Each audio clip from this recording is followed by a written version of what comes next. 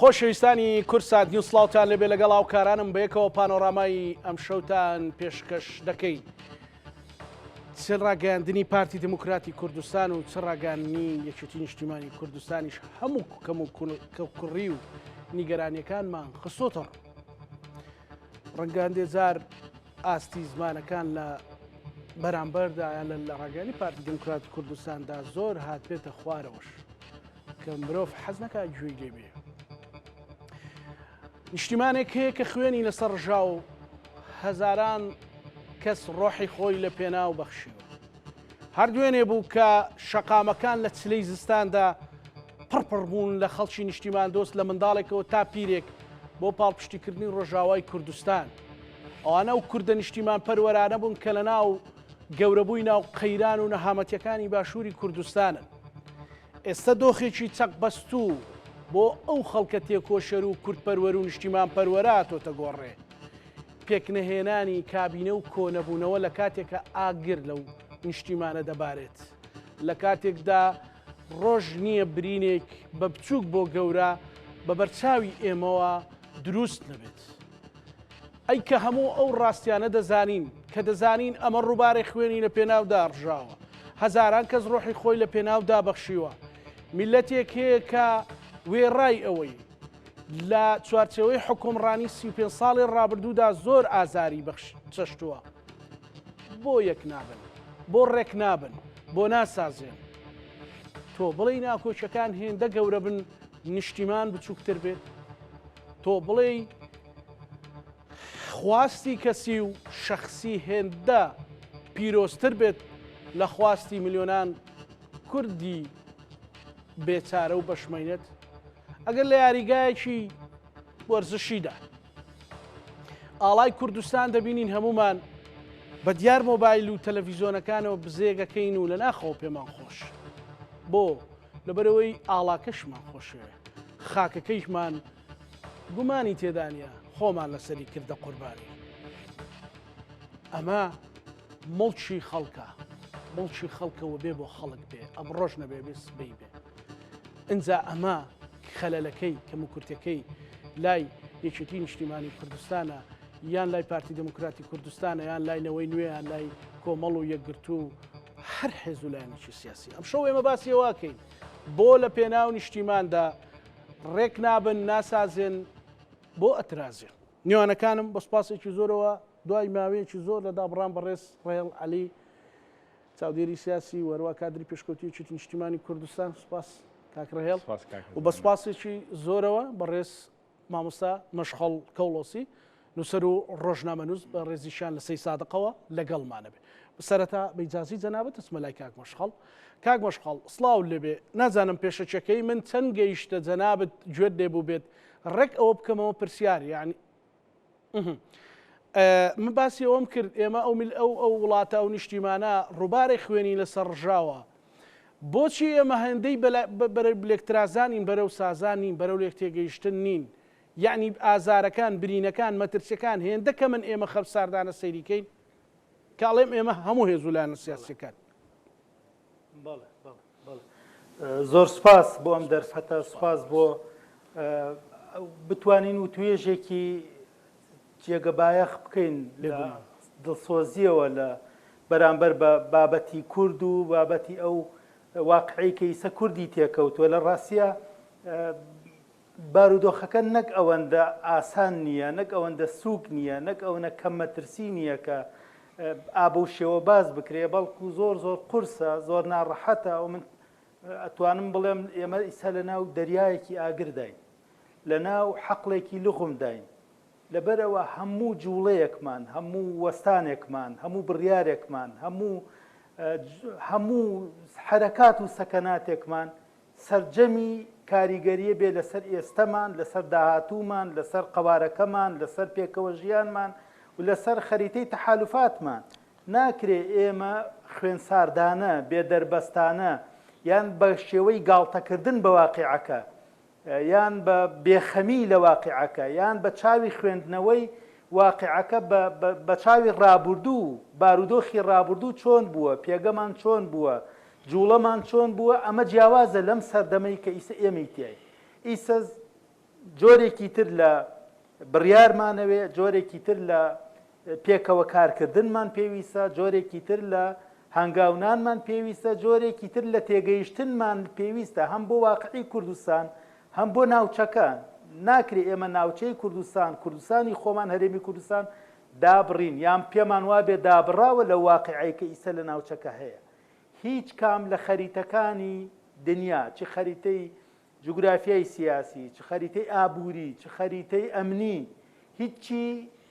دابڕاو نین لە یەکتری بە پێچەوانەوە. هەموو شتێکی ئێمە کە ئاڵێم هەموو شت بە هەموو معنای کەلیمەکە ئاڵێم هەموو شتێکمان وابەستەیە بەم چرکە ساتەی جوڵەی زلهێزەکان لە ناوچەکە. ئێمە ئەبێت خوێندنەوەمان هەبێ، سەیری واقعەکە بکەین، سەیری داهاتووی ئەو ململانێ چارە نووسازە بکەین کە لەسەر خەریتەی ڕۆژهەڵاتی ناوەڕاستەیە. بێگومان و دووبارە بێگومان هەموو چرکەکانی ئیستەمان کاریگەری لەسەر داهاتووی نەوەکانی داهاتوویشمان هەیە. لەبەرەوە چرکەیەکی زۆر زۆر هەستیارە، بارودۆخەکە زۆر زۆر مەترسیدارە. ناکرێ ئێمە بێخەم بین، وەکو سەرەتا وتم، بێخەمبوون بەواتای خۆکوشتن دێ، بێخەمبوون بەواتای ئەوە دێ هیچ قوارەیەکی سیاسی لە دنیا مادەم ئێمە قوارەیەکی سیاسیمان هەیە، مادەم ئێمە کوردین ئەمانەوێ هەبین، بوونمان هەبێ، کاریگەریمان هەبێ، ژیانمان هەبێ، تایبەتمەندیمان هەبێ، قوارەمان هەبێ، ناکرێت لەم چرکە ساتە بێخەم بین و خوێندنەوەمان نەبێ، چ لە ئاستی نوخبەی سیاسی، چ لە ئاستی نەتەوە، چ لە ئاستی هاوڵاتی، چ لە ئاستی حیزبە سیاسیەکانی کوردستان. ئێمە بەداخەوە تاکو ئەم چرکە ساتە کە ئەی بینین، من ئەمڕۆ وتارێکم لە ڕۆژنامەی هەولێر بڵاو کردەوە، باسیەوەم کرد کە ئێمە لە ناو گڕکانێکی ئاگرداین، بەڵام زۆر بەداخەوە خەریکین بۆ دەستە سڕێک قەیسەرێکە ئەسووتێنین. ئەمە چرکە ساتێکە هەمومان لێ بەرپرسین، من وەکو هاوڵاتیەک، جەنابەت وەکو میدیاکارێک،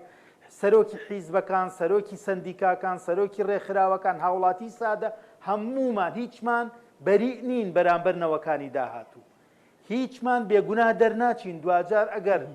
ئەگەر خوا نەکردە زەرێک بە قوارەی هەرێمی کوردستان بگا، بە ئاسایشی ئەم وڵاتە، بە ئەمنیەتی هاوڵاتیان بگا، هیچمان بێگوناه نین. هەمومان بە ڕۆڵی خۆمان گوناهمان هەیە، هەمومان بە ڕۆڵی خۆمان کەمتەرخەمیمان هەیە. لەبەرەوە مەترسیەکە گشتگیرە و ئەکەوێتە سەر ئاستی تاک بە تاکی ئێمە و ئەکەوێتە سەر بە شاری هەمومان و هەموو حیزبەکان، هەر کەسە بە قوارەی خۆی و بە قەبارەی خۆی و بە ڕێژەی خۆی.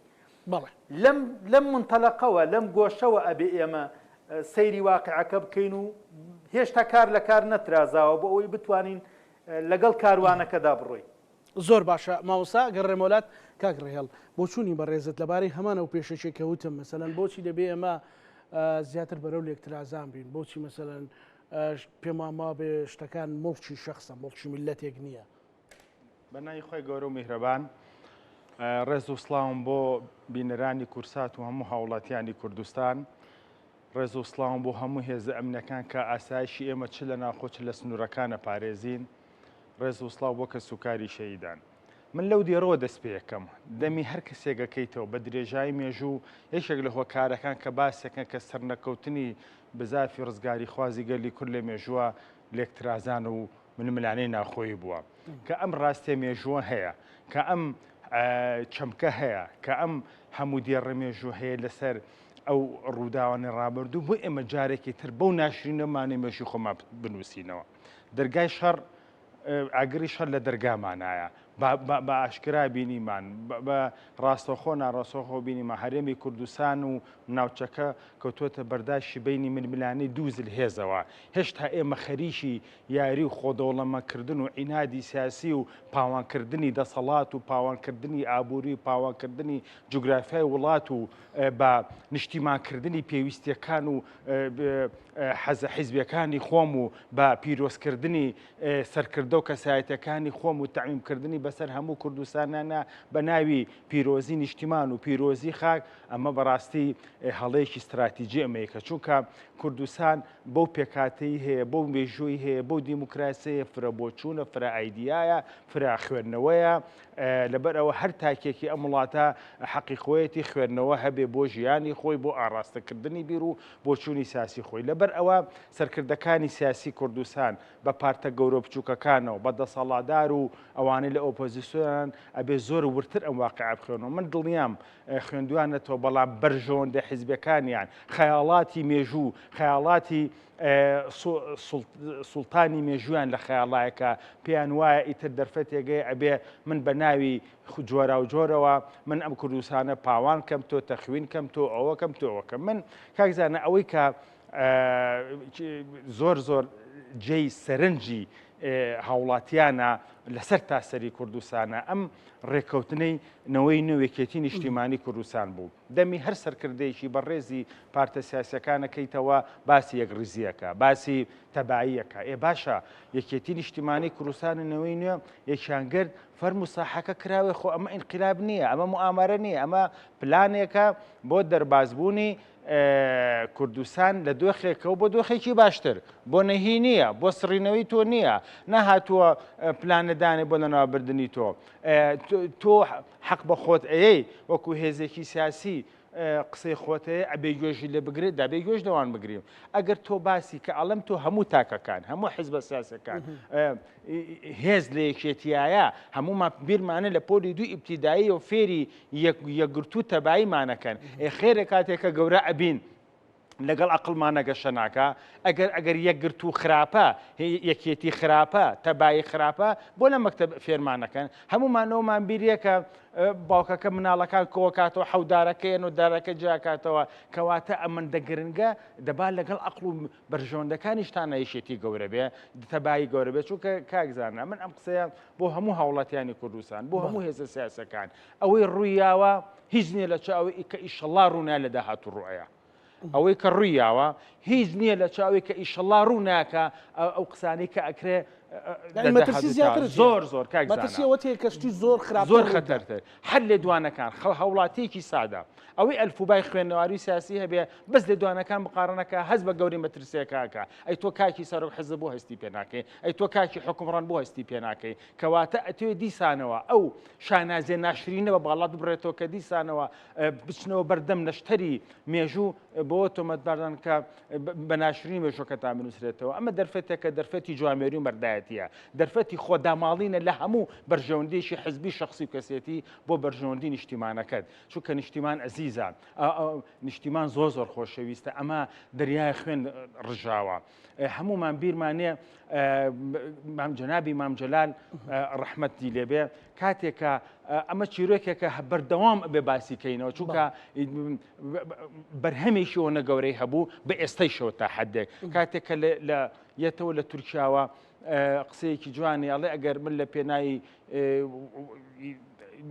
یەکێتیا بێم لە ئێرانەوەیەمە، بەس لە پێناوی کووردا بەخۆی هاتەوە لە زاخۆ هاتەوە لەگەڵ پارتی دیموکراتی کوردستان ئاشتەواییشان ڕاگەیان. ئەمە لە 1970 هەروە بوو لە کاتیشە کە شەڕ و ململانەی هەبوو لە شاخە لە بینی هێزە سیاسەکانە یەکێتی دەستپێشخەر بوو. جەنابی مام جەلال ڕۆڵێکی زۆر کارای هەبوو. جەنابی مام جەلال سەرکردەیە بوو توانێ عێراقیەخە لە بینی سارد و گەرمە یەکیخە ماڵەکەی دیوەخانی ئاشتەوایی بووە. ئێستش هەر ئەو ڕۆحێتەیە لە عقلەتی سەرۆک باڤڵایە، لە عقلەتی سەرکردایەتی و هەموو دۆستانی یەکێتی نیشتیمانی کوردستان و هەوادارانە. ئێمەی یەکێتیەکان، ئێمەی هاوڵاتیانی کوردستان تینووی یەکێتی و تینووی ئارامین، تینووی ببەرهەمهێنانی حکومەتێکی کە هەمومان هەست بە حکومەتەکە بکەین. حکومەتی ئێمەیە، حکومەتی هاوڵاتیانە، حکومەتی دایکی شەهیدانە، حکومەتی ئەو پێشمەرگە چەک بە شانەیە کە لە هەموو هاوڵاتیانی کوردستان زیاتر ژیانی لە ڕووی ئابوووریەوە خراپە. حکومەتی گەنجە بێکارەکانە، حکومەتی گەنجە خێل لە خۆنەدیوەکانە، حکومەتی ئەو کوردانەیشەکە لە هەندەران ئەژین لەبەر حکومەتی دان و دوان و سیان و ناوچە و چوار نییە ئەوەی وابیرەکاتەوە دڵنیا بە ئایندەی کوردستان بەرە و قۆناغێکی زۆر مەترسە. بەڵام بەداخەوە ینی خۆ زۆر ئەو فیئانەی ناوتێنان ینی بەنەبەر نەژێژی زۆر باشە. کاک مەشخەڵ ڕێکیان نۆیە هەشتی مانگی سەرەتای ئەم ساڵ بوو. تەلەفۆنم بۆ جەنابەت کردوتم با هاوارێکی کوردانە لە تەلەڤیزۆن دروستکەین، لە بەرنامە دروستکەین بۆ کوردانی ڕۆژاوای کوردستان. ئەگەر بیرت بێ لەگەڵ دکتۆر مرشید خەزنەوی و ئەوانە گفتوگویەکمان کرد و کاریگەریشی هەبوو. من لە ڕۆژاواش پێیان وتمەوە بینی بوویان بەرنامەکە. یعنی چکە دکتۆر مرشیدیش لە پلتفۆرمەکانی خۆی و لە گروپەکانی خۆی داینابوو. یعنی ئێستا ئەو مەترسیی لەسەر ڕۆژاوای کوردستان هەبوو. بە جۆرێکی تر بە شێوازێکی تر بە فۆرم و ناوەڕۆکێکی تر هەمان مەترسی نیە لەسەر باشووری کوردستانیش ئەگەر ئێمە بەواقعی سەیری بابەتەکان و ڕووداوەکان بکەین. خۆش لەگەڵ جەنابەت ڕێکەوتم لەسەر گوتارێکی کوردانە لەسەرەوەی کە بە شێوازێک بۆ نەتەوەی کورد قسە بکەیت. ئەنی بەڵام ئەو قسانم لە میوانە بەڕێزەکە گوێم لێ بوو هەمووی ڕیکلامی حیزبی بوو هیچی پەیوەندی بە کوردایەتی وانەوە نەبوو. ئەمە بە نەزەری من لانیکەم لای من لای چکا بۆ ئێمە لە ڕیکلامی انتخابات نین تۆ ڕیکلام کەی بۆ حیزبەکە. ئێمە باسی قەزەیەکین کە هەموو نەتەوەی کورد تووشی بووە دووچاری ئەزمەیەک بووین. ئێمە ئەزمەیەکی زۆر قوڵە لە بنیادی ناوچەکە. ئەمە پەیوەندی بەوە نیە یەکێتی چی کردووە پارتی چی کردو ئیسلامی چیەکە. ئەمە بابەتێکی زۆر ناوخۆی و لۆکاڵیە لە ڕاستیە. ئێمە ئەوەتێن لە ناو چرکەساتێکە ئەم چرکەساتت سەیرورە ئەکە خەریتەی سیاسی. باش کاک مەشخەڵ بۆی بەرچاوی بینەرەکانم ڕوون بێ مامۆستا مەشخەڵ ببورە. یعنی ئێمە چۆن ئەتوانین ئەوە زیاکەینەوە مەسلەی پێکێنانی کابینەیەک و مەسلەی قەزیە گەورەکە کە پەیوەندی بە مەترسیەکانی سەر کوردەوە هەیە بەگشتی مەبەستی جەنابەتەوەیە؟ ئەزانیش باشە من ئەگەمە سەر ئەو خاڵە. بەڵێ بەڵێ ئەگەر بوەستی ئەگەمە سەر ئەو خاڵە. ئێمە لە ناو کەشتیەکەین. ئەم کەشتیە لە هەر چوارلاوە لە تۆفانایە. دوجار تۆفانەکەش چی پێوەیە کەشتێکە ئێمەش کوونە. ئێمە لە بریەوەی بین کوونەکە بگرین نابێ بین کوونەکە فراوان بکەین. نابێ بین منطق واناڵێ کوردایەتیش واناڵێ لەبەر ئێمە ئیسا ئەبێ وتم بە عقلێتی کۆن ئەم بابەتە نەخوێنینەوە. نابێ ئێمە لە ناو مێژوو گێنگڵ بدەین و فەرتەناش بکەین نەتوانین واقعە تازەکە بخوێنینەوە. واقعی تازە ئەگەر زەرەرکەین هەمومان پێکەوە زەرەرەکەین. هەموو هاوڵاتیەکانی کورد تاریخی کورد شاعیرەکانمان نووسەرەکانمان سیاسیەکان هەموو ئەوەی ئینسانی کوردە هەمووی زەرەرەکە. ئەمە پەیوەندی بە حیزبێکی دیاریکرا و کەسایەتیەک و ئەوانەوە نییە. ئیسە بۆ نمونە پێتەڵێم یەک لێدوانی باقر قالیبافەیە نیو سعات لەمەوە پێش قسەیەکی زۆر گرنگی کرد. ئەڵێ یان ئەبێ هەمومان هەبین لە ناوچەکە یان ئەبێ هیچمان نەبین. ئەمە پەیامێکی کۆتکراوی زۆر گرنگە. من تەسەورەکەم لە هەموو ناوچەکە تەنها کورد سەیری ئەم لێدوانە ناکە. تەنها کورد سەیری ناکە. لەبەرچی لەبەرەوە کوردنە نە ئەتوانێت خۆی بەڕێوە ببا و نە سنتەرێکی دراساتی هەیە نە ئەزمموی هەیە بۆ خۆ بەڕێوە بردن. ئەلو بەڵێ فەرموو کاک مەشخەڵ بەردەوام بۆ بەڵێ کێشەکە ئێمە ئەوەی ڕانە هاتوین بە ئیدارەدانی دۆسیە نێودەوڵەتی هەستیارەکان. ئەگینە ئەم لێدوانە تەسەور کە لە بولغاریا دەنگدانەوەی هەیە لە بەریتانیا هەیەی لە ئەمریکا هەیەی. پێم سەیرە کورد لە تەنیشتایەتی قاچی لەسەر لغمەکەی هەر باکی نییە بە هەمان ئاوازی سەرەتای ئەزمەکان ئەی خوێنێتەوە. بابە ئەم بابەتە ئێمە سیاست کایی سیاسی حەسە بە پێدراوە خوێنینەوە. ئێمە پێدراومان هەیە لە سیاسەتی ئیستا. پێدراوەکە ئەمە ترۆپکێتی ئیستا ئەمە کۆدێکی زۆر کاریگەرە بۆ ناوچەکە. باشە لە کاتێکە کە تۆ ساروخ دێت درۆن دێ نازام چی دێ ئەپرسی ئەمە یەکێتیە پارتی ئیسلامی سلێمانی هەولێرە ئەو چرکە بە چرکە لەگەڵ تا وەکو وەحدەیەکی سیاسی ئەمنی معاملەکە وەکو نەتەوەیش مامەڵە ناکە لەگەڵ تا وەکو قەوارەیەک مامەڵە لەگەڵ تاکە. ئیتر ئەم بەرامبەرەکە ئەمریکایە ئێرانە هەرچی هەیە ئەوە ئەکەوێتە سەر تۆ چەنێ ئەتوانی ئەو کۆدە بخوێنیتەوە چەنێ ئەتوانی وەری بگری. نابێت دووبارە بگەڕێنەوە بۆ کوانووی حیزب و لە ڕێ حیزبەکانەوە لە گۆشتەنیگا و چاویلکە حیزبەکان و سەیری واقعەکە بکەین. ئێمە جارە سەرەتا بە ئاگربڕی واقعەکە بکەین. من ئیستا لەبری ئەو ململانێ حیزبی کە لە ناومانە هەیە بەداخەوەکە گوێبیستیشی بووین لەو پیاوە بەڕێزە. یعنی بۆچی نین مبادرەیەکی کوردی بۆ نەتەوەکانی تر بکەین بزانین لەم چرکە ساتە عەرەبەکان چەرکەس فارس ئەوان چیانەوێ لە ناوچەکە چیان ئەوێ عەرەبەکانی ئێران چیانەوێ فارس چیەوێ ئێران خۆی وەکو دەوڵەت چیەوێ ئەمریکیەکان چیانێ. باشە ئێمە لەمانە تێگەشتوین لە خۆمان پرسیوە یان هەر شیعر و شانامە ئەڵێن دوێنێ شاخێک لە سلێمانیە سووتێ بەیانی لە دوهۆک شتێک کە بێ ئێمە مەجموعەیە شیعر ئەڵێن و تەواو. ئێمە میلەتێکین پێمان نەخستۆتە ناو مۆدێرنە بە کورتی و مختصری زۆر بە کورتی ئێڵم هەمیشە لە گیرفانی خۆمانەوە گوێ دەژمێرین. کاک مەشغەڵ ئەگەر بڕێک دروستکەین ئەگەر ئاگر بەستنا ئاگر بڕێک دروستکەین ئەو ئاگر بڕە بێت چۆن چۆنی بێ ئەرکمانە چی بکەین ئەزانین چۆنە ئەزانین چۆن تۆ باجارێ ئێمە دابنیشین واقعەکە سیرکەین بزانین ئێمە توانە میکانیزم و قەرارمان هەیە لە ناو چوارچێوەی ئەم قەرارەکە لە ناوچەکە هەیە کاکە ناوچەکە خەریتەی سیاسی ناوچەکە خەریتەی جوگرافی ئیسە دووبارە دائەڕێژرێتەوە جوگرافیای سیاسی دائەڕێژرێتەوە مشکیلەیە لێی تێنەگەی مشکیلەیە ئەتاڕن کورد وەکو مێلورەیەک وایە لەبەر پێی دوو فیلە کاتێ دوو فیل پێک دائەدەن مێلورەیەکی قوربەسەر چی پێ ئەکرێ مێلورەکە ئەکرێ هەر بەخۆیەوە خەریک بێ و ملی یەکتری بشکێنێ ناکرێ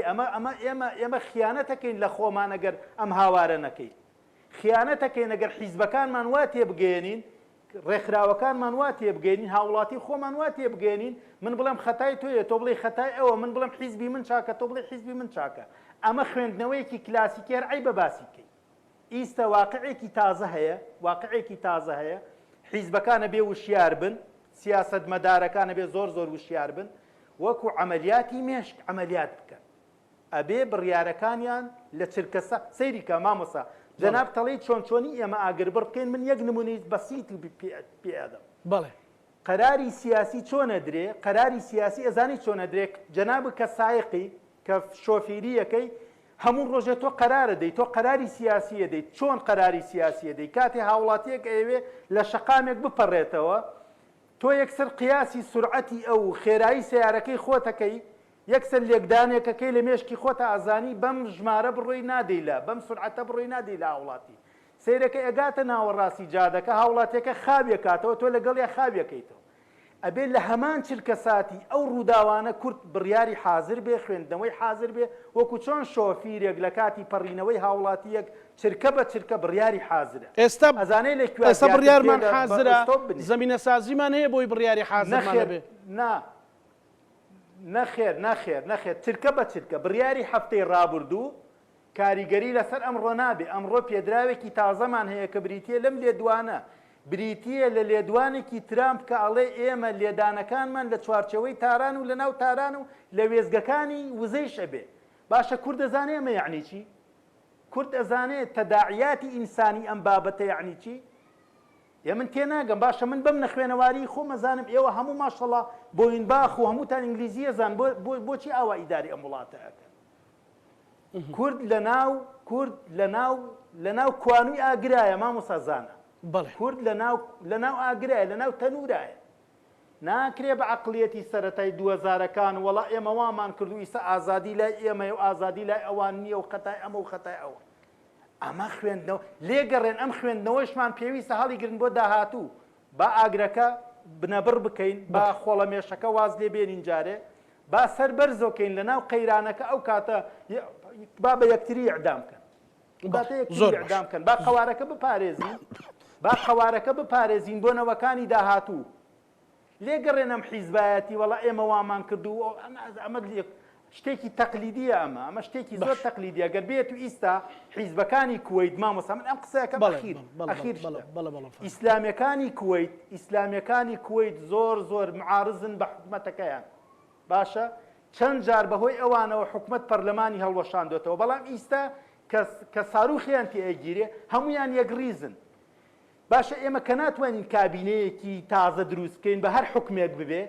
ئێلێگەڕێن بە ئەم کابینە بارودۆخەکە تێپەڕێنێ ئێلێگەڕێن با تێپەڕێنێ هەمووتان بەشدارن یەکێتی بەشدارە پارتی بەشدارە هەموو حیزبەکان لەم ئیرسە حکومداریە بەشدارن تۆ ناکرێ بڵێ من لە حکمام و وەڵای خەتای تۆیە کە سەیارەکەمان ئیستۆپیتیانە ماوە ناکرێ باش زۆر باش بۆ هاوڵاتیەکی سیادە ئەکرێ بەڵام بۆ ئێمە ناکرێ زۆر باشە مامۆستا گەڕێمەوە لای بەڕێستان کاک ڕێڵ مامۆستا مەشخەڵ پێی وایە بێ بابەتەکە جیا بکرێتەوە بابەتی پێکێنانی حکوومەت و تەرویزکردنی حزبێک و فەزڵکردنی بەسەر حزبێکی دیکەدا جیاوازە لەوەی کە دۆخەکە زۆر مەترسیدارەوە کۆمەڵێک نمونەی هێنایەوە بەڵێ وڵا من ڕێزم بۆ برای بەڕێزم کاگمەشخەڵەوەی ژۆک و کادرێکی پارتی حەقی خۆیەتی وا تەفسیریکە من هەندێشتی خۆی باسەکەم بەڕێز کاگمەشخەڵ ئەڵێ ئێمە نەچونێتە ناو مۆدێرنێتەوە هەر ئەو کێشەیەکە ئێمە خەون و خەیاڵی 40-50-60ەکان لە مێشکمانایە ئەگە بچونایەتە ناو مۆدێرنە و سەردەمی حەداسە و سەردەمی تازەگەریەوە تێڕوانی ترمان بۆ حکومڕانیە بوو باشە دوای ئەوە باسی ئێمە کەشتێکە کاپتنی کەشتەکەی شەیە کێشەمان لەسەر کاپتنی ناو کەشتێکە ئێمانە کاپتنێکی باش بێ خۆ ئەی کوردایەتی ئەمڕۆ ئێستا حزبەکان پێشڕەوی خەباتی کوردایەتەکە ئەو مەبەستیەوەی ئەتوانین وەکو ڕوانگەنەتەوە یەکە ئەو کێشانەوە لا بنین بۆ ئەوەی بەس ئەوە کادری پارتی لێرە نیە من ئەوە بڵێم لێرێ کاکزانایجان سەری کە برای بەڕێزە من نە حملە انتخابیە ئەوە خوێندنەوەی خۆم بۆ دۆخەکە ڕۆڵی حزبەکەی خۆم باسەکەم باش نییە من تێگەم کە دۆخەکە من بوتیشم وتم ئەوەی کە ئیشەڵا ڕوونایە ڕوو ئەدا زۆر لەوە مەترسی ترەکە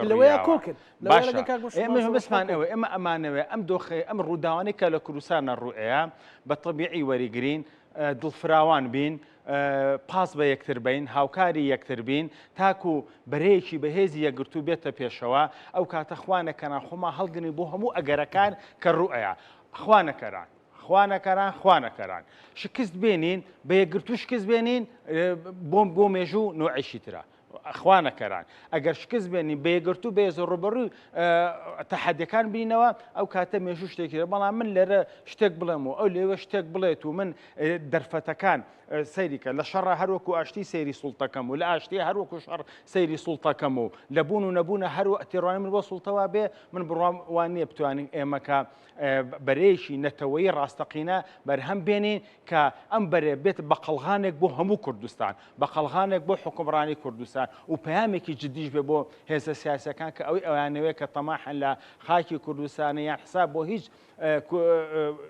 بابەتێکی کورد و کوردستان نەکەن لە ملمانەکان لەبەر ئەوە ئەدمونی بکوێتێنە ئەڵێ لانە ئیسلامیەکان معارەزن چەند جار پەرلەمان حکومەتی هەڵوەشان تۆ بە هۆی نەڕزای ئەوانەوە بەڵام ئێستا یەک ریزن کاکزانە یەخۆخوان ڕاست ئێمە شەڕەکە لە دەرگامانێ خوانەکە ئەزمونی و داعش دروست بێتەوە هێزەکان هەمووی بە گەنج و بە حزبی و بێ حیزبێتە سەر سنگەرەکان و دیفاع لە کوردستانەکە بەڵام ئێمە کێشەکەمان لەوایە گریانەکەمان لەوایە کە ژنگەیە دروستکەین کە هەستی نەتەوایەتی بەهێزکەین ژنگەیە دروستکەین کاتێک کە چۆن من سوپاسی تاک بە تاشی هاوڵاتیانی کوردستانەکەم لە قەیرانەدارەکانە لەگەڵ هەمویان بەیەکەون لە ئەزمە اقتصادی لە ئەزمە سەربازیەکانە بەیەکەوەن برایەکمان خوشکێکمان لە پارچەکانی کوردستانە هەموو بینیمان کە تویشی ئەزەماتەکە بین ئەوە کە لە ڕۆژئاوە ڕوویە لە زستانە سوپاس بەخوا کوردی هەمووی یەخست لەسەر تاسەری کوردستان و لەسەر تاسەری جیانم بەستەکە ئێمە ئەوەیە ئەگە کات ئێمە بە چاوێکی ڕەخنەگرانەوە دۆخێکی مێژوو ئەخوێنینەوە مانای ئەوە نییە ئێمە بەرامبەر زەربی سبمانە ئەوە ئێمە هۆشداریە بەڕێزان هەواڵان تێکۆشەران مەترسێکی گەورەمانێ با تەنازولات کەین لە بیر و بۆچوونەکانمان لە حەزەکانمان لە بە خاتی کوردایە چونکە هەمومان وە بە باسی خۆمانەکەین کە ئەڵێن کورد ئەبێ بە عەمەلیشەوە هەبێ ئەبێ بە عەمەلیش ئێمە ناڵم بە مطلقینە بەڵام هێشتا نەگەشتۆتە ئاستی باڵا ئێمە ئەمانە بگاتە ئاستی باڵا چونکە کوردبوون نعمتێکە خی گەورە بە هەمومانیاوە هەمومان شانازیەکەین بە کوردبوونمانەوە بە عیلمانیمانەوە بە ئیسلامیمانەوە بە بوونمانەوە بە نەبوونمانەوە بە خوێنەوار و بە نەخوێنەوارمانەوە هەمومان شانازی بە کوردو بە کوردستانی بوونیشمانەوەکەین بەڵام ئەوە کێیە ڕاستە پێناسی کوردایەتی حزم نایابەتەوە خۆت لە ئەساسە هاتە بەڵام ئەوە ئەحزابەکان وایلێکەن نیشتیمامان ئەوەنێتر خۆش بووە بەجێ نێڵین بۆ پێتان وایە ئەو کوردانەی کە چوونەتە ئەوروپا کوردپەروەر نین دڵسۆزی خاکەکەیان نین بەڵام دۆخێک وای لێ کردو وڵاتەکەی بەجێشت ئێمە ئەمانەوە پابندبوونەکە زیاترکەین کۆچی پێچەوانە ئیشەڵا دروست بێتەوە خوشکوبرا کوردەکانمان لە بەهەشبوونی کوردستانەوە کە ئیشەڵا هیوادارم دروست ببێ بگەڕێنەوە بۆ کوردستان تاکو هەمومان دەستمانە بێ لە بیناکردنەوە ئەوەی دوێنێ ئاگری شاخی گۆیژەی کوژانۆتەوە بە ئەرکەکەی پیرۆزە بەخەر ئەو پێشمەرگە تێکۆشەریکە خاکی کوردستانە بۆ ئەو پارێزە ئەوەی دەستی هەیە لە بیناکردنی کەسێتیە لە بەرزکردنەوەی ئاستی معریفەی کووردا لە بیناکردنی خوێندنێکە پیرۆزە بەخەر ئەوەی کە ڕۆح و گیانی خۆی ئەبەخشە لە پێناوی کوردستانە ئێمە حەزەکەین و بابەتی حیزبەتی ئەمە نەکاڵبێتەوە ئەمە نەکاڵبێتەوە کورد کورد کورد کورد من حەزەکەم نییە ئەمەندە ئاڵای کوردستان بگەشێت و ئاڵای حزبی دەرنەمێنێ ئەمە کێ واکە تاک ڕۆڵی هەیە دامەزراوی دینی ڕۆڵی هەیە دامەزراوی زانستی ڕۆڵی هەیە هەڵوێستەکان ڕۆڵیان هەیە حزبەکان ڕۆڵیان هەیە ڕووداوەکان ڕۆڵیان هەیە بۆچوونەکان ڕۆڵیان هەیە پەرلەمان ڕۆڵی هەیە حکوومەت ڕۆڵی هەیە بەڵام من چی بکەم ئێستا بڕۆ بیان دوێنە خەڵک یەک دنیا زوخاوی لێ بەرامبەر بەم حکوڕانی و بەرامبەر دەسەڵاتە ئەمە من ناکرێ باسی نەکەم منیش باسی نەکەم تۆی هاوڵاتی ئەیزانێ خۆ من کە باسی خەلەلەکەکەم باسی ئەوە ناکەم تۆ هەموو بەرپرسیارەکە بڵم بخەمە ئەسێتۆ باسی ئەوەکەڵم کە دۆخەکان ڕوئەیە لە بە خاتی کوردستان بە هادئانەتر مامەڵە بکەین بە بۆعدێکی نەتەوایەتی من لەگەڵ ڕووداوێکی سیاسی ئیتیفاقێکی سیاسی ئەزمەیەکی سیاسی وا بکەم نییە کە نێڵم لە هیچ دۆخێکە هەستی کوردایەتی لە سەرکردەیەکەوە بۆ هاوڵاتیەکی بەڕێز کاڵ بێتەوە چونکە دوجار ئەوە بەرپرسیارەتی تاکیشە بەرامبەر هەموو دایک و باوکێک بەرپرسە بەرامبەر بەگەشەکردنی هەستی نەتەوایەتی لە ناخی جگەرگۆشەکەیە حکومەت چۆن مەسئول بەرپرسنیە لە گەشەکردنی هەستی نەتەوایەتی لەنا یان دابینکردنی پێویستیەکان بۆ هاوڵاتیان لەبەرەوە ناکرێ من باسی من ناڵم بچینەوە قەت لەگەڵ ئاوەڕنیان لە ڕابردووە قەت لەگەڵ خۆشکردنی ئاگری ململانە نیم مەڵام لەگەڵ ئەوەن هەمومان وا بکەین کە هەمیشە ئەم میدیا بەڕێزانە ئەم کاری میدیا و میدیاکارانە بۆ ئاراستەی هۆشیارکردنەوە بە ئاراستەی پەروەردە بە ئاراستەی بنیادنان وتنی ڕاستیەکانیش ناکرێت من لەیلا بم و قەتماغێکی بەسەرا بم چونکە دکتۆر دەرزی موسەکینەکەت باتێ برینەکە لە بنەڕەتا بۆ چارەسەرنەکە مەسئولە بەرامبەر بە ویژدان و بەخوا و بە یاسا و بە ئەرکە پیشەکەی زۆر باش مامۆستا مەشحاڵ ئەگەر بێت و بەڕێستان زۆر جار سادە و خاکەڕای قساکەیە لە من وەکو هاوڵاتی هەرێمی کوردستان داوایەک لە سەرۆکی یەکێتی نیشتیمانی کوردستان و پارتی دموکراتی کوردستان و هێزولانە سیاسەکانی تر بکەی چیان پێڵێیت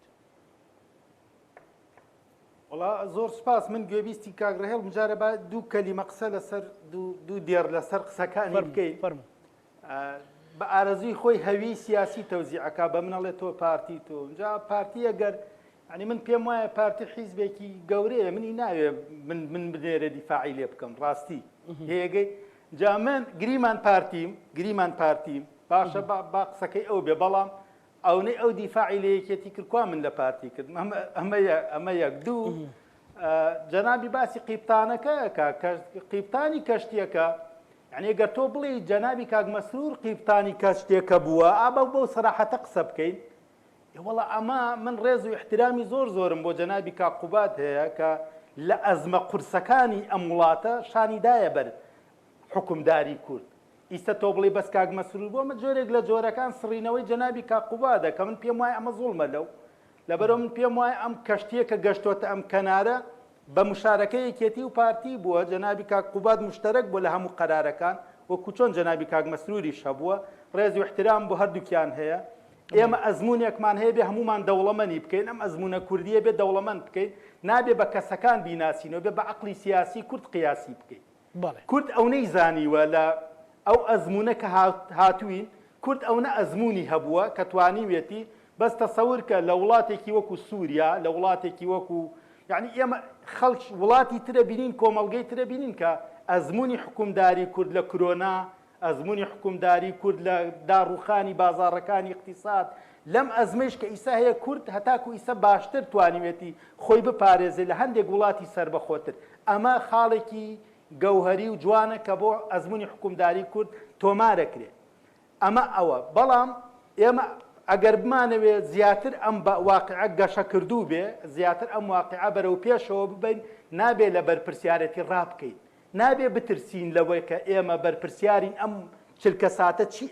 فعلەن لەسەر هەمومانە لەسەر کەناڵەکانە لەسەر حیزبەکان هەمویانە لەسەر حیزبەکان هەمویانە ئێمە نابێ بەراعەت بە لایەنێک بدەین لایەنێکی تر تاوانبار بکەین نابێت لە ڕۆژە حکومدار بین لە شەوا لەسەر کەناڵەکان معارەزە بین ئەمە خەڵەتاندنی هاوڵاتی سادە و قوربەسەرە هاوڵاتی ئامادەن پێویست ناکە هاوڵاتی بێت هاوڵاتی گوێ لە تۆ ئەگرێ نابێ یاری بە عقلی بکەی نابێ ئەوە بکەی ئەمە بۆ بابەتە ناوخۆیەکە بەڵام ترسی من لەسەر ئەو واقعە تازەیە کە من ئەڵێم بۆ ئێوەی ئێمە هەتاکو ئیسا مێزگردێکمان نەکردووە لە ئەهلی نوخبە بۆ نمونە سنتەرێکی دراسات جڤینێکمان نەکردووە لەسەرەوەی ئەم کۆدانەکەت فڕە ئەدرێتە ناواقعی کۆمەڵایەتی و سیاسی و ئەمنی لە ناوچەکە چییە؟ بابە ئێمە لە بەردەم تیۆرەکان کە سەر لە نوێ دووبارە چییە؟ هەندەسەگیری کۆمەڵایەتیە لەم منتیقە. لە 2003 و 2004 بابەتی هەندەسەگیری کۆمەڵایەتی خراوەتە ناو ئێمە بەڵام ئێمە یەک کتێبمان لەسەری نییە. یەک کتێبمان بە کوردی نییە لەسەر داڕشتنەوەی خەریتەی ناوچەکە. باشە چۆن تۆ ئێمە ئەهلی نوخبەین ئیسە ئێمە بۆ نمونە خۆمان بە نوخبە ئەزانین بە ئارەزوی خۆمان و بە قیاسی خۆمان و لە گیرفانی خۆمانە هەویەی سیاسی دابەشەکەین یەکتری تۆمەتبارەکەین بەم لا بەولا ئەنجا خاڵێکی تریش کە ئەمەوێ بیڵێم سیاست و ئایندەی ئەم وڵاتە و ئەم میلەتە و ئەم نەتەوە بە خۆزگەوا بێ و ئیشەڵاوانابێ نابێ ئەبێ بە پلان ئێمە ئەبێ لەو سەقافەتە دەرچین کە هیوا بخوازین بڵێن ئیشەڵا نابێ ئیشەڵا نییە ئەبێت و تەواو ئێمە وتمان ئیشەڵا ئەپارێزرێن و ساروخمان پێوە ناندێ بەڵام پێمان و ئەندێ بە ئیشەڵا نییە بە یاخوا نییە بەوە نییە ئێمە چەندێک خۆمان حازر کردووە چەندێک کارتمان لەبەردەستە پلانمان چییە پلانی ئەیمان چییە بیمان چییە خۆخوا زۆری پاراستوین بەڵام ئەبێ ئێمەخوای گەورە دەستورێکی داوینێتێ بێمەش بین مەسەلەن لانی کەم ئیشی پێ بکەین خوتوێتی خاکەکەتان خۆش بێ زمانەکەتان خۆش بێ یەکترتان خۆش بێ زۆر ڕووداویشە پاراستوونی بەڵام کە نایکەین واعتصموا بحبل الله جميعا ولا تفرقوا واعتصموا سيري او بلانە گەورە خواییە کە بۆ ئێمە هەیە واعتصموا بحبل الله جميعا ولا تفرقوا ئێ باشە ئێمە بۆ تەفرەقەمان تێکەوت هەمومان کوردی کەواتە ئێستا مامۆستا بێمە سەر پرسیارەکەم چی بەسەرکردە سیاسەکان ئەڵێ چیان پێ ئەڵێ مەسەلەن بێن بڕیارێکی خێرا بدەن وەکو جەنابەت وتت تەنها قسەکردن نەبێت شرۆڤەکردن نەبێت لەو چرکە ساتە مێژوێدا ئەزانی ئەڵێم چی من ئەڵێم هەموو نەتەوەی کورد لە زاخۆوە تاکو کفری 5 ملیۆنیان 6 ملیۆن کەسین 6 ملیۆن کەس یەک گەڕێکی تارانە یەک گەڕێکی قاهیرەیە ئەزانی بچووکترین شارۆچکەی چین 30 ملیۆن کەسی تایە یەگەی نەنگیە شەرمە بۆ نەتەوەی کورد نەتوانین 5 ملیۆن کەس تەختیتی بۆ دانین بە ڕێوەی ببین ڕەفاهیەتی بۆ دابینکەین من تەنها ئەوە ئاڵێم کۆبوونەوەیەکی سەرتاسەری مەجلیسێکی دانایان و حوکەما با کۆبنەوە کاکە با سەرۆک عەشرەتەکان هەمووی تیابێ سەرۆک حیزبی تیابێ ئێمە پێویستمان بە خانەیەکی مەرجعیەت هەیە لە کوردستان بتەوێ یان نەتەوێ ئێمە ناکرێ بڕیار بدەین هەر کەسێ بەلای خۆ بسەیریکە بڕیار بدەین شانازی بەوە بکەین کە ئێمە ئیلتیزام بە بڕیارەکەوە ناکەین ئەمە جۆرێک لە ئەناریشیزمە جۆرێکە لەوەی کە کۆمەڵگەی کوردی بەرەو تەفرەقەی زیاترە چێ نابێ ئێمە سەقافەتێک بڵاوکەینەوە کە یاخیبوون لە قانون و لە تەعلیمات بۆ ئێمە ببێتە دەستکەوت و ئازایەتی ماوەیەک کۆمەڵێک ڕۆشنبیری ئەم وڵاتی ئێمە فێر بووبوون ئەبێتەوە هەمیشە دژی حیزب بی دژی حکم بی دژی قەرار بی دژی ئیلتیزام بی ئەو تۆوەیان بڵاو کردەوە لە ناو کوردە ئیسە معالەجە ناکرێ ئەوە بوو بە پرۆژەی سیاسی دوجار حیزبێکی سیاسی هات بە ئارەزووی خۆی و بەبێ هیچ سنوورێک هەموو جنێ و ئیهانە و تەشیرێکی بە هەموو شتێکی پیرۆزی ئەم وڵاتە کرد تاکو وای لێ هات ئیسە کۆنتڕۆلکردنی زۆر قورسە لەبەرەوە بێ لە ئەرکی کۆنتڕۆلکردنەوەی ئەم میلەتە هەموو چین و توێژەکان نوێنەرایەتی خۆیانیان هەبێ کە من پێم وایە پەرلەمانتیا شکستی هێناوەنەی توانیوە ئەوە بکە پێویستە ئەنجومەنێکی دانایان هەبێ با ناوی ئەنجومەنی دانایان بێ وەکوەی کە لە ئەمریکا هەیە ئەنجومەنی پیران هەیە یعنی کە ئەنجومەنی پیران هەبوو من لەم شارە زورا ئەدەبەن لە ئەمری پیرەکە دەرناچم جەنابەت دەرناچی لە ئەمری پیرەکەی خۆت ئەو لەولا بەڵام مەرجعیەتێکی قانونی هەبێ قەدەر کاک مەشخەڵ لە چەند ڕۆژی ڕابردوو ئەو مۆدیلی پەرلەمانە تێپەڕێن بەڵێ لە چەند ڕۆژی ڕابردوو کە ئەو درۆن و ساڕۆخانە هاتنە سەر سلێمانی و هەولێر کاک بافڵ سەرۆکێتی نیشتیمانی کوردستان پەیامێکیدا وتی ئەو ئازارەی لە هەولێر هەیە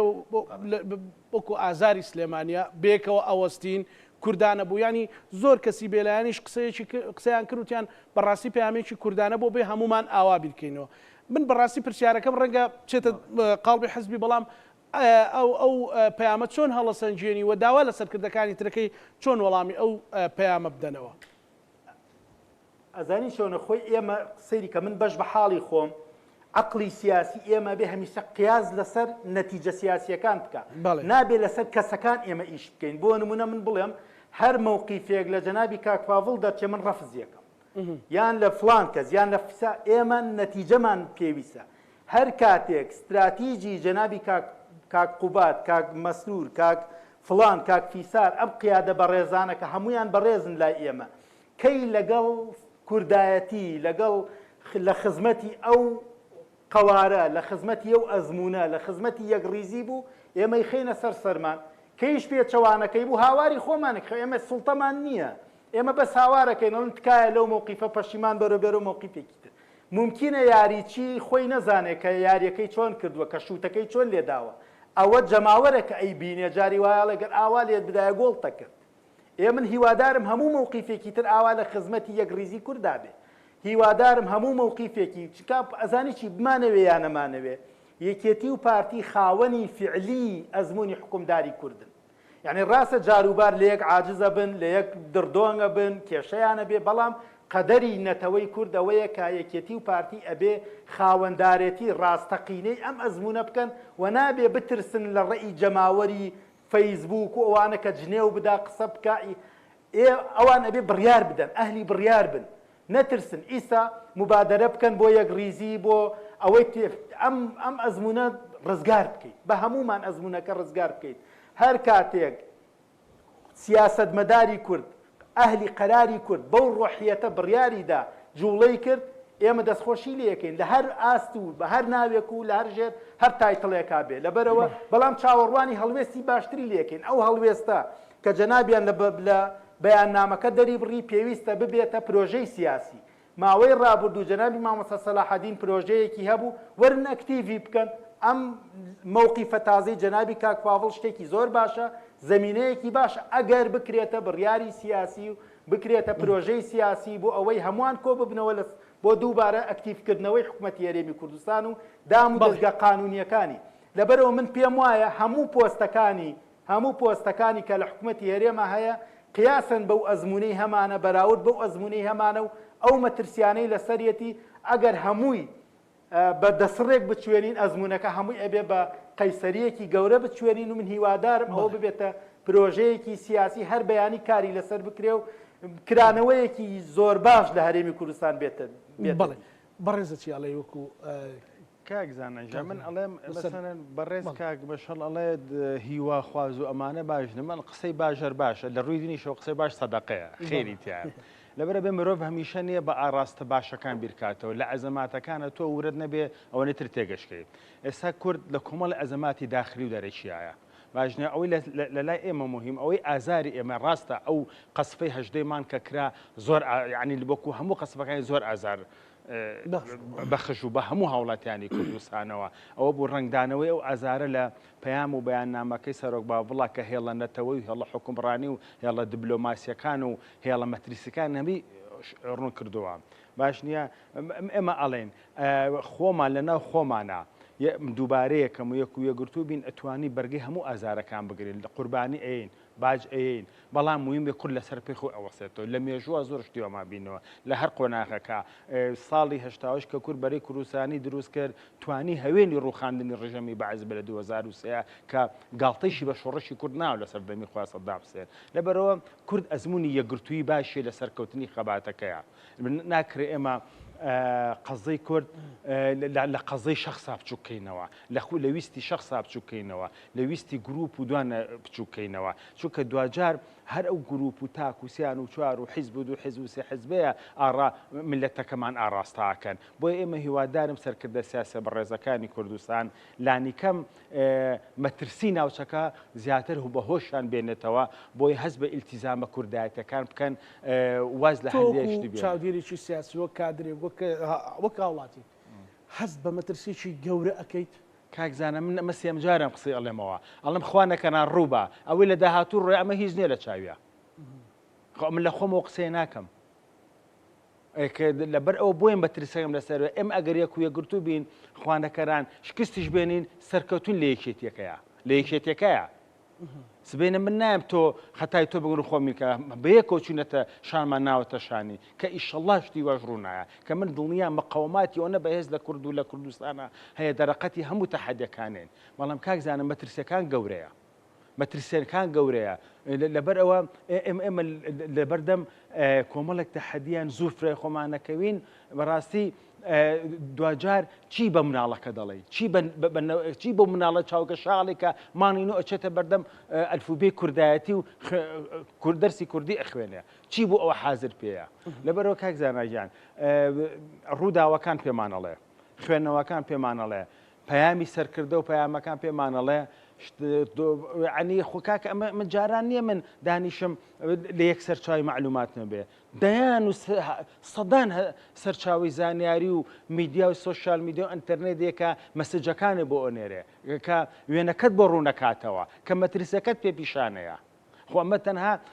بابەتێکی ڕاگەاندن نییە بۆ ترساندنە ئەمە شەڕی دوو مناڵ نییە خۆیان جفکەنەوە و بڵێ واو لە یەکەم و واو لە یەکەم و دوایینە ئەمە شەڕێکی استراتیجی گەورەیە شەڕەکە شەڕی استراتیجی ئابووریە شەڕی داهاتوویەکە کە کۆنتترۆلکردنی قارەیەکی گەورەیە کاک زاناجی ئەمەش نییە هێزە بچووکەکان ئێمە لە ئەساسە ڕاستە لە ڕووی ژمارە و بچووکین بەڵام لە ڕووی مەبدە و کوردایەتی ئەمە زۆر گەورەی لەبەر هیوادارم دوبارەیەکەمەوە دواسەرن بە هیوادارم لە کەمترین چرکەساتی مێژوو لە داهاتوە حیزبە سیاسەکان یان لە هەر ناوێگەنەیەک و هەر بەڕێزێکی تر لەژێر هەر ناونیشانێکا بێ کۆبنەوە مژدەی تەباوی یەکگرت و ڕزگارکردنی کورد لەم دۆخەبەرن کاکزانە ئێمە هەر باسی وێنە لە ناوخۆشە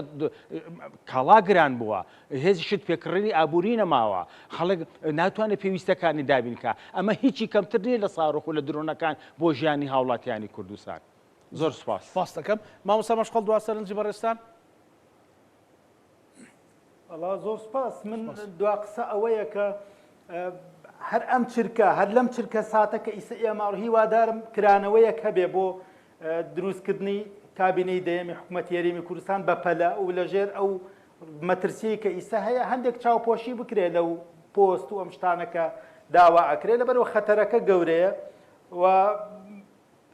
دڵسۆز بین بەرامبەر بە کۆمەڵگەکەی خۆمان هەمومان هەر کەس لە ئاستی خۆی چکاوەکو وتم هەمومان لەناو کەشتیەکەین کە غەرق بووین کە نقم بووین بەخوا هەمومان پێکەوە خنکێنەوە نییە کە ئاوەکە بەحرە شێتەکە وا بکا کە بڵێ وەڵا ئەمە قەیناکە ئەمە قەینا لەگەڵ خۆم بووە قەیناکە بە ئەمە نەخنکێ هەمومان پێکەوە خنکەین هەر هەمومان قەرزاری نەوەکانی داهاتووە بین و عیبیشە لە ڕیزی نەتەوەکانی ترە ئیسە سیرکەین ئەم نەتەوانی تر هەمووی سەیری کاردانەوەی ئێمە کەنزان ئایا ئێمەم خەتەرەمان لەسەر ئەی چی ئەەکەین چی ئەەکەین بە بەرنام تەنها قسە بەز نییە برادەرە تەنها قسە بەز نییە ئیسە قسە وەکو وایە تۆ هەموو موادەکانی چێشتێکی باش لە ماڵ تا هەبێ برنج هەبێ خوێ هەبێ چی هەبێ چی هەبێ ئایا ئەکرێ بڵێ ئیشەڵا بێ بە چێشتێکی باش نابێ بە ئیشەڵا نابێ بێ هەڵسی تێکەڵیکەی ئاگری بۆ بکەیتە با بەبێ هەنگاوی کردەیی لە چرکەساتی خۆی هەڵسی بڕیار بدەیت جێبەجێژی بکەیت لەو چرکە ساتەی کە پێویستە کاگینە هەتا ئێوارە دوعا بکەی بڵێ بەش کۆم چێشتە دروست بێ هەر دروست نابێت لەبەرەوە سیاسەتی شوایە سیاست بیرکردنەوەیە تەختیتە جێبەجێکردنە لە هەمان ئەو چرکە ساتەی کە پێویستە گیناوەکو حەبێک چۆن ئەکسپایرە بێ ئەو خوێندنەوە ئەو بڕیاری کە پێویستە دوێنێ بدرێ ئەمڕۆی پێویست ناکات جارێکی تر کاریگەری نامێنێ ئەبێت چرکە بە چرکە ئێمە غورفەیەکی عەمەلیات هەبێ لە نێوانی کێتی و پارتی هیوادارم ژوورێکی ئۆپەراسیۆنی میدیایی کە میدیاکان واز بێن حیزبەکان خۆیان ڕێکوپێکن و مشکلیان نییە کەوادر واز بێنێ سەرکردایەتی حیزبەکان خۆیان دۆسی یەکن و یەک مشکلیان نییە من هیوادارم میدیاکان بێدەنگ بکرێن ووا بکرێت کە ژوورێکی سیاسی و میدیایی هاوبەش هەبێ بۆ ئیدارەدانی ئەم دۆسیە و کاراکردنەوەی حکوومەتی هەرێمی کوردستان بەڕێز مەشخاڵ کەولۆسی نووسەر و ڕۆژنامە نووس سوپاس بۆ بەڕێستان کە لە شارە زۆر لە سێ سادق لەگەڵمان بووی سوپاس بۆ بەڕێستان سوپاس بۆ بەڕێز ڕێهێڵ عەلی چاودێری سیاسی و کادری پێشکەوتووی شێتی نیشتیمانی کوردستان لەگەڵ هاوکارانم بەیەکەوە پانۆڕامای ئەم شەومان پێشکەشکردن ئەمولایەکتان ئەمانەتی خوای گەورە بن خواتانەکە